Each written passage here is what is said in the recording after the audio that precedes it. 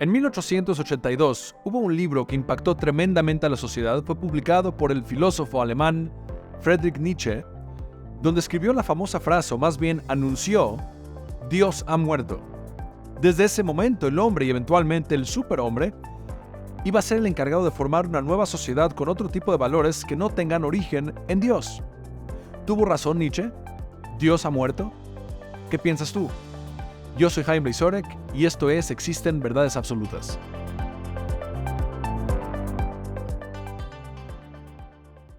La existencia de Dios ha sido uno de esos temas que ha sido debatido durante toda la existencia de la raza humana. Los seres humanos hemos estado fascinados con este tema, la divinidad, conectarnos con el más allá y el impacto que estas creencias tienen obviamente en nuestra vida práctica. Hoy en día vivimos con una filosofía donde cada quien tiene el derecho a tener razón, donde existen muchas verdades, como dicen en inglés, live and let live, vive y deja vivir, o en español diríamos, no te metas, que cada quien haga lo que quiera. Pero la realidad es de que en este tipo de temas solamente hay dos opciones, y las dos opciones son mutuamente contradictorias. O sí existe Dios, o no existe Dios. No es algo que está abierto a las creencias personales, no es una cuestión de gustos, es una cuestión de realidades objetivas independientemente de la creencia que nosotros tenemos. Si uno cree que Dios existe, y verdaderamente no existe, aunque yo crea que existe, no tiene ninguna relevancia o algún impacto en la existencia objetiva, en la existencia real acerca de si sí existe o no. Si es de que no existe, yo creo que sí existe, no cambia nada. Si es de que sí existe, yo creo que no existe, sigue existiendo aunque yo no quiera. Suena como un trabalenguas, pero el punto es de que si sí existe o no, es algo independiente a mi postura personal. Si yo tengo adentro aquí en mi mano, si yo levanto la mano y te digo una preguntita, ¿tengo algo aquí adentro o no? Entonces, tú podrás tener una postura y decir, yo creo que sí, yo creo que no. Pero lo que hay aquí adentro es algo que va mucho más allá de si sí o no. Lo que hay aquí es algo objetivo, o existe o no existe. Ahora puede ser que, como no lo sabes, como no lo ves, en tu vivencia práctica no tiene ningún impacto, no te hace ninguna diferencia. Pero la realidad es de que las dos posturas no pueden coexistir, o existe o no existe. Ahora, en cuestiones de opiniones, genial, cada quien tiene el derecho y la posibilidad de opinar lo que quiera. Pero en cuestiones de existencias tangibles o objetivas, bueno, en caso de Dios, yo no sé si tangibles, pero posturas objetivas, una de las dos es correcta, o sí existe o no existe. Y la pregunta que te hago es, ¿a cuál grupo perteneces? Y este es uno de los debates que me gustaría profundizar el día de hoy en cuanto a la existencia de Dios. Ahora, déjame te platico un poquito acerca de cómo lo estamos viviendo en México. En el 2010, en el Censo de Población y Vivienda, según INEGI, el 83.9% de la población mexicana se identificó como católica. El 10.1% no tenía ninguna religión y el 5.2% restante se distribuyó entre otras religiones existentes aquí en México. En el 2020, eso fue en el 2010, en el 2020, el 77.7% de los mexicanos mayores de 18 años se identificaron como católicos. Hubo una disminución del 6.2% comparándolo con el 2010. Esto nos habla de una tendencia general en el mundo donde mucha gente está dejando los esquemas convencionales de religiones. Y hay un incremento de gente que se mantiene como agnóstica, gente que cambia de postura, gente atea, donde dicen, antes yo sí creía en la religión convencional, creía en la estructura religiosa, sí creía, pero hoy en día ya no. Hoy en día me he dado cuenta de que soy agnóstico, puede ser que sí, puede ser que no veo ninguna evidencia, o gente que cambia de postura y dice, no, yo efectivamente soy ateo, tengo la certeza de que Dios no existe. Y ya hay varios argumentos asociados con la sí existencia o la no existencia de Dios, pero lo que es más importante que entendamos es de que es un tema sumamente relevante para nuestras vidas. ¿Por qué? Porque estas creencias están filtrándose en nuestra cultura y es mucho más probable que tus hijos, que mis hijos, sean menos creyentes que nosotros. ¿Por qué? Porque es la tendencia global, la tendencia mundial y también la tendencia en México. Según El Economista, hay una encuesta muy interesante a nivel mundial donde se menciona, este es un artículo que salió en el año 2017, 25 de julio de 2017, un estudio que se menciona lo siguiente. Dice, según la encuesta, la mayoría de las personas en el mundo creen en el alma, el 74%, y en Dios, el 71%. Un poco más de la mitad cree en el cielo, el 56%. El 54% cree en la vida después de la muerte y el 49% en el infierno. A mí algo que me llama mucho la atención de esto es de que el infierno es la que la gente cree menos en ella que en cualquier otra. Es interesante, si crees en el paraíso, si crees en el cielo, ¿por qué no creerías en el infierno? Van de la mano. Parte del motivo, asumo yo, es algo mucho más emocional.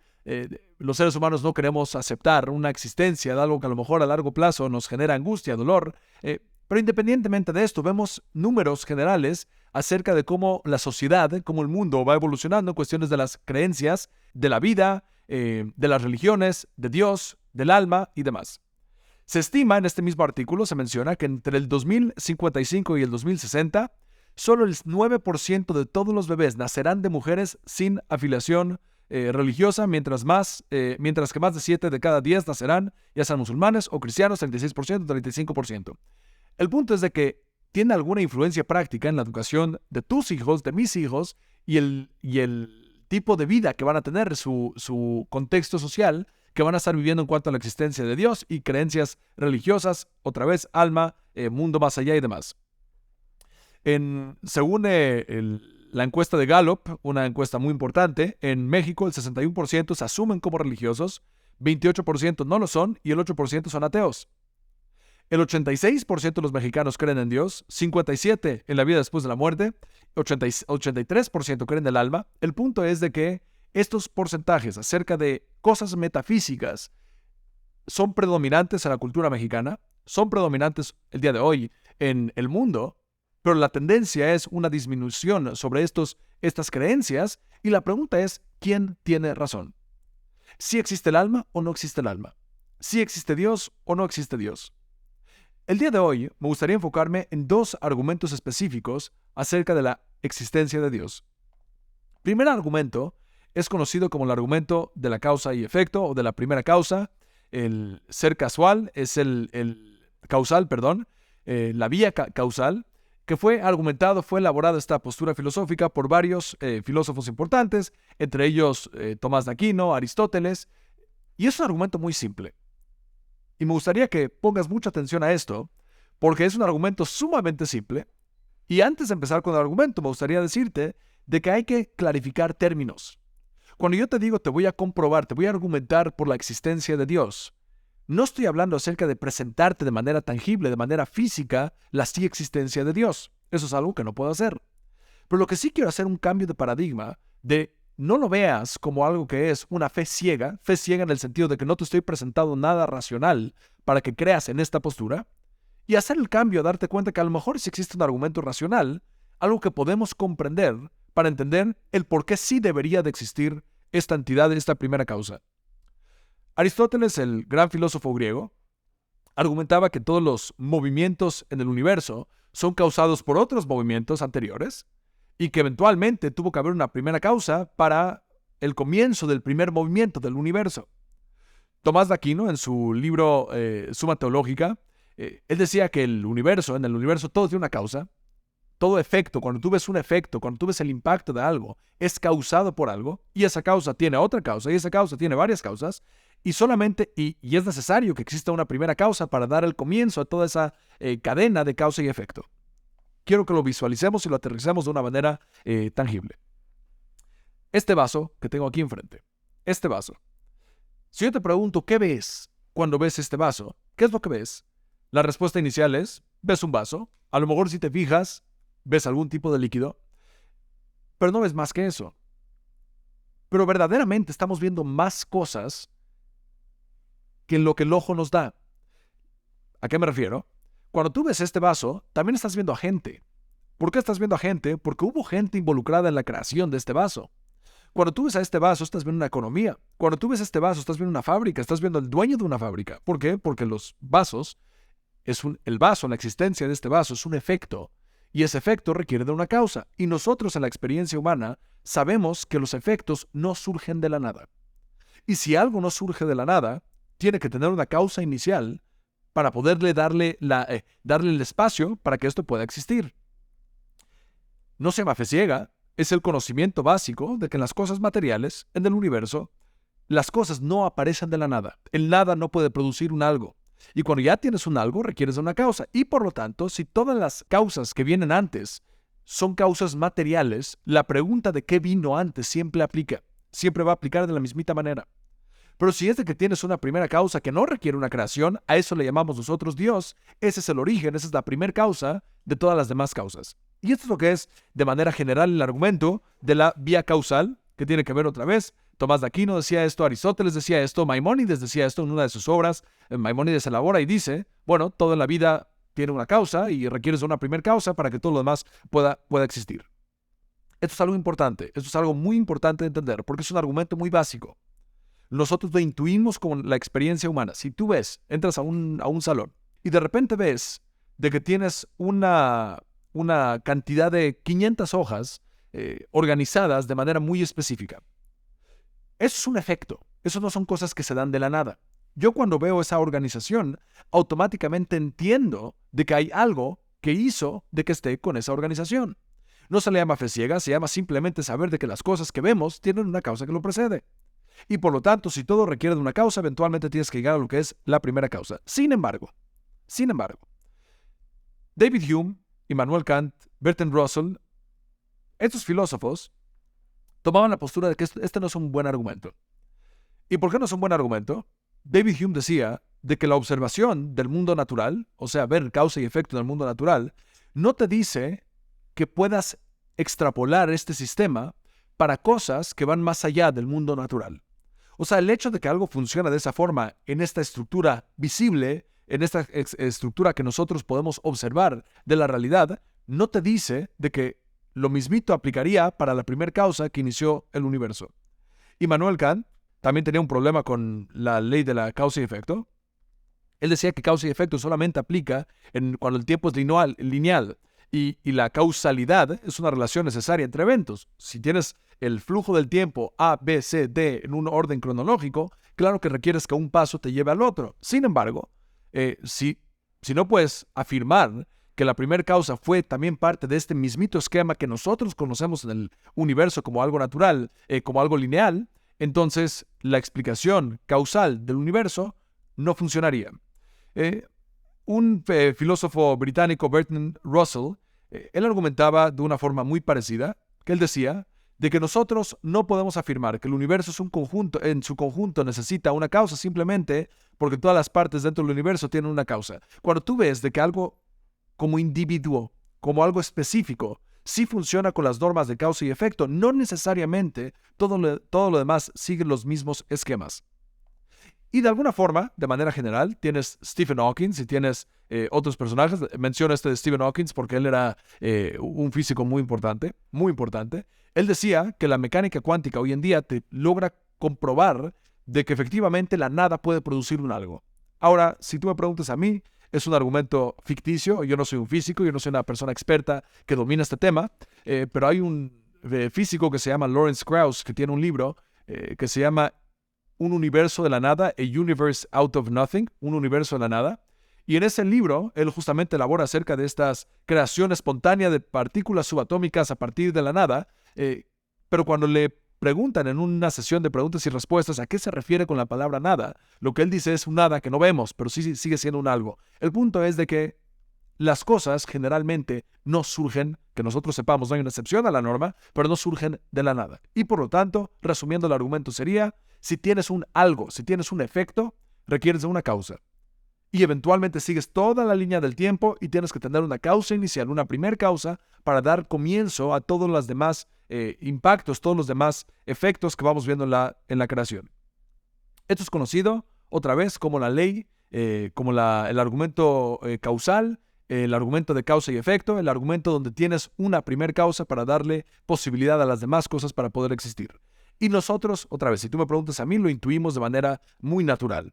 Cuando tú ves a un ser humano, automáticamente sabes que tuvo papás. Automáticamente lo sabes. ¿Por qué? No tienes que verlos, porque el ser humano es un producto de un hombre y de una mujer. Eso es lo que es el resultado de la creación de un ser humano. Eso se llama causa y efecto. Y yo sé de que esos papás tuvieron abuelitos y tuvieron mis abuelitos y tuvieron gente que los creó a estas personas por este mismito argumento de causa y efecto. Por lo tanto, primer argumento es entender de que si las cosas existen, hay algo que lo precede. Y si algo lo precede, eventualmente tienes que tener un algo, o sea, algo que le da la posibilidad a las demás cosas evolucionar sin que ese algo tenga que ser creado. Y para que tengamos una creación de ese tipo, le tenemos que llamar a eso Dios. Antes de entrar en el segundo argumento, me gustaría enfocarme un poquito en lo que le llama el biólogo muy reconocido Richard Dawkins, que es un biólogo ateo.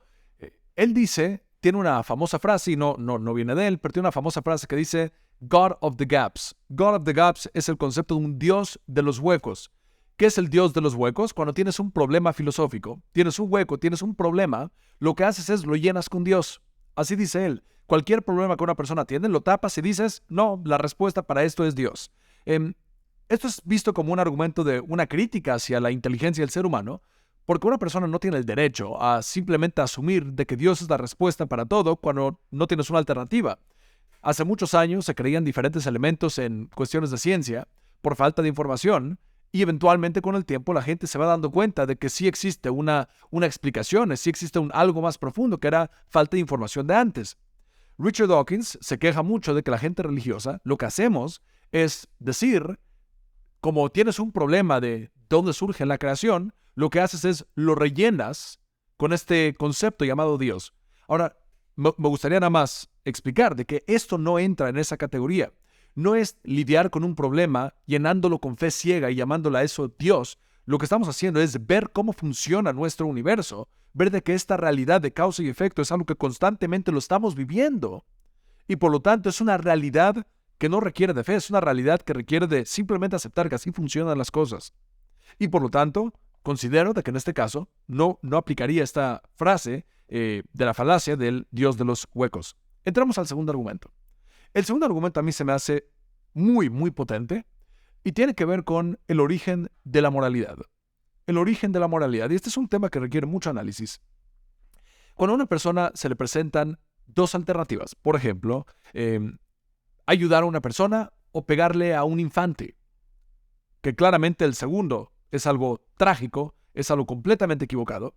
Pero si yo te presento estos dos y te digo, alguno de estos dos, ayudar a una persona o pegarle a un infante, uno de ellos dos es mejor, si tienes que tomar una decisión entre una o la otra, alguna de las dos posibilidades de los dos casos, de los dos escenarios, es mejor que el otro, asumo, y espero que sea el caso, que todos, sin excepción, van a decir, claro, ayudar a una persona. Pegarla a cualquier persona no es algo moral, no es algo correcto. La pregunta que te tienes que hacer es, ¿qué esquema estás utilizando para decidir que uno es mejor que el otro? Porque para poder tomar una decisión de que algo es mejor que otra cosa, requieres de tomar ciertos parámetros. Y la pregunta es, ¿de dónde vienen esos parámetros? Ahora, los seres humanos a veces dicen, no, el motivo por el cual creo que esto es más correcto es porque mi sentido común me dice de que esto es más correcto. Bueno, no es tan simple. No es tan simple porque vemos de que en la realidad los seres humanos estamos dispuestos a justificar justamente bajo esas premisas casos completamente absurdos. Les voy a dar un ejemplo. Te doy el siguiente ejemplo. En Estados Unidos, hace un par de años, hubo una nevada muy fuerte en Filadelfia y en una de las casas, una de las zonas donde cayó mucha nieve, tenías una de las personas sacando su máquina para limpiar toda la nieve que había caído enfrente de su jardín, de la entrada de la casa, para poder hacer el espacio, para poder tener una entrada, en fin, una limpieza de la nieve.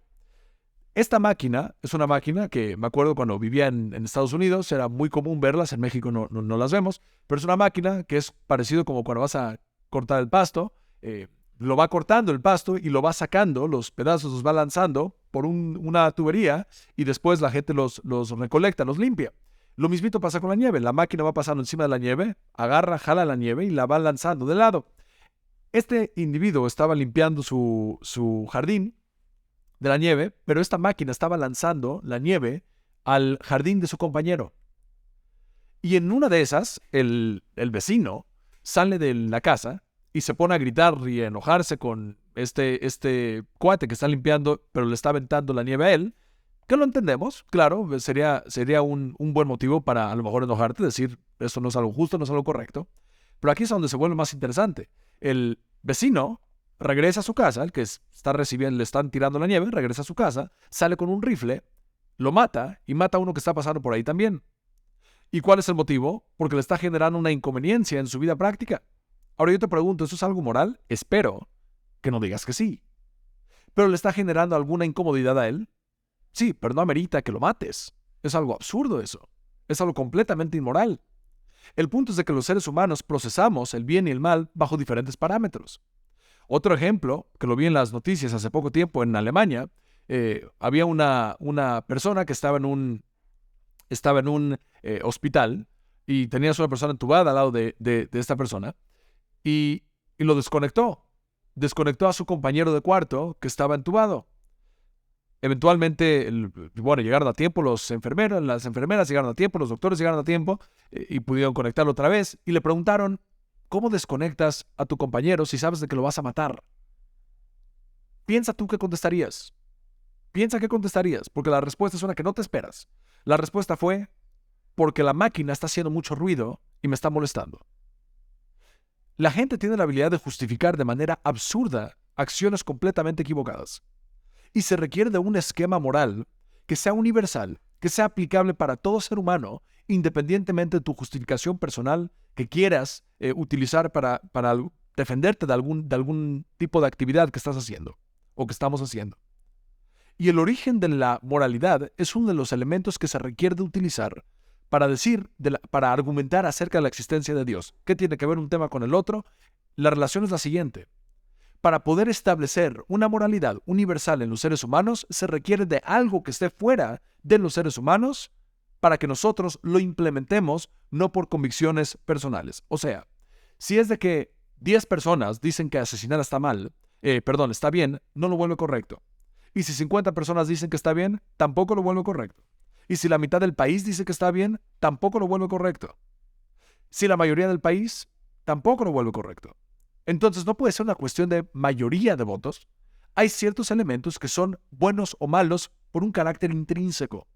De hecho, Immanuel Kant creía en algo parecido, aunque él no creía que tiene su origen en Dios, pero él creía en algo parecido. Él creía en lo que le llamaba una moralidad categórica, imperativo categórico, que significa, en términos prácticos, de que hay acciones morales que son morales o inmorales intrínsecamente, o sea, que no requieren de la justificación del ser humano para decir si sí lo son o no lo son. Robar siempre está mal, mentir siempre está mal, asesinar siempre está mal, independientemente de si estás de acuerdo o no estés de acuerdo. Pero la única forma de poder quitarlo del ámbito de opiniones de los seres humanos y convertirlo en algo objetivo, obligatorio para toda la sociedad, requiere de algo fuera de la sociedad que lo implemente en la sociedad. Y a eso le llamamos Dios. El origen del no asesinar, de lo malo del no asesinar, es porque es uno de los 10 mandamientos. ¿Y qué implica eso? Es de que Dios te crea y Dios te dice, estas son las normas del juego, ¿te gustan o no te gustan? Y si una persona dice, bueno, a mí no me gustaría creer en este sistema de valores, en este sistema de moralidad porque Dios me lo dijo, bueno, la pregunta es ¿cuál es la alternativa? Regresando a la forma que comencé este podcast, cuando Nietzsche dijo Dios ha muerto, cuando él escribió eso en su libro La Gaia Ciencia en el 1882, en la sección 125, donde presenta la figura de un loco que irrumpe en una plaza pública gritando Dios ha muerto, y planteaba la cuestión de cómo podemos seguir viviendo en un mundo sin Dios, no lo decía como algo positivo. No es una afirmación o una declaración por parte de Nietzsche en su libro diciendo el ser humano ha matado a Dios y ahora seamos felices. No, lo que Nietzsche estaba diciendo es de que los fundamentos de la sociedad basados en la creencia de Dios, o sea, en el pensamiento religioso, nos hemos dado cuenta nosotros como seres humanos que esos fundamentos no son correctos. Y la aclaración o la afirmación de Dios ha muerto incluye una obligación y un deber para los seres humanos de replantarnos valores que puedan funcionar sin la dependencia de la creencia de Dios.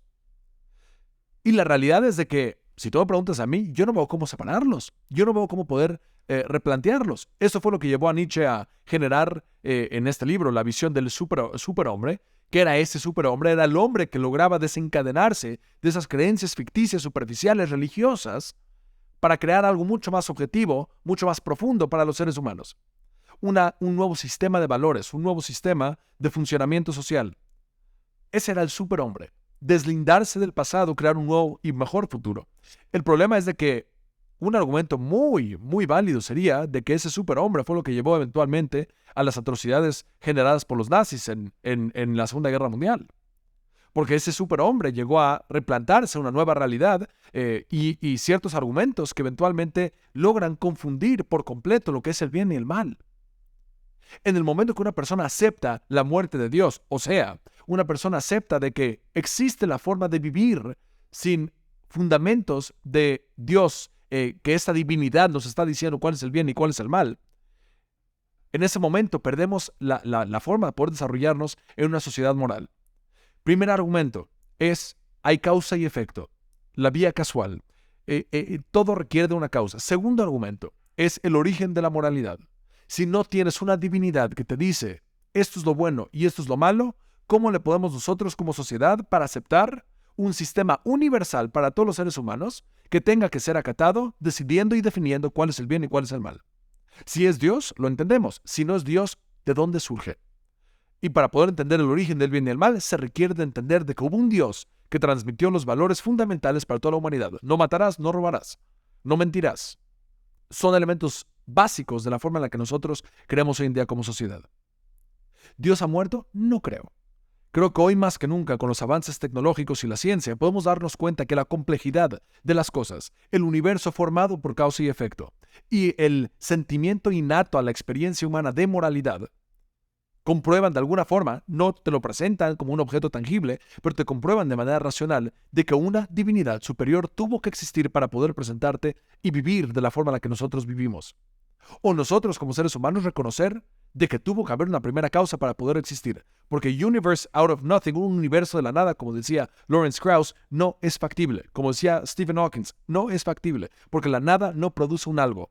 Y cuando estamos hablando de simplemente un juego de palabras donde la nada ya no es nada y es algo, es nada más vernos la cara. Pero la realidad es de que de la nada no surge algo, y para tener un algo requieres de otra causa inicial. Son argumentos simples. Tenemos una mente abierta para escuchar este tipo de argumentos y obviamente los contraargumentos, que por eso los mencioné al principio. ¿Dios ha muerto? No creo. Si me preguntas a mí, creo que hoy en día, más que nunca, está más vivo y es lo más relevante para nuestras vidas. Y los argumentos no son de fe ciega, son argumentos racionales acompañados por nuestro entendimiento contemporáneo de cómo funciona el universo. Y obviamente también en este caso la moralidad. Yo soy Jaime Blazorek y esto fue Existen Verdades Absolutas.